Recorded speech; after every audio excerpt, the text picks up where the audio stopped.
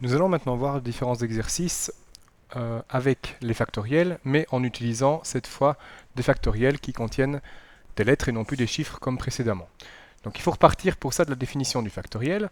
Donc quand vous avez n factoriel, vous savez que c'est n fois chaque fois n-1 fois n-2 fois n-3, etc.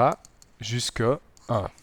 C'est ça la définition de n factoriel. Alors, quand on a n-3 factoriel, eh bien, quand on a n-3 factoriel, c'est n-3 fois n-4 fois n-5, etc. Parce qu'on diminue chaque fois de 1 le nombre jusqu'à 1.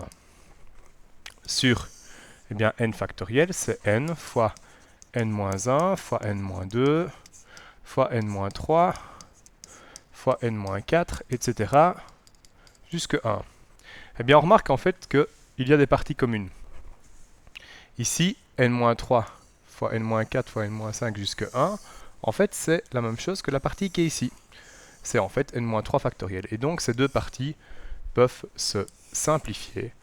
Et il nous reste donc dans l'expression 1 au-dessus sur n fois n-1 fois n-2. Voilà pour le premier exemple. Le deuxième exemple, vous avez n plus 3 fois n plus 2 factoriel. Donc n plus 3 fois n plus 2 factoriel, c'est n plus 2, fois, donc on retire 1, n plus 1, fois n, fois n moins 1, etc., etc., jusqu'à 1.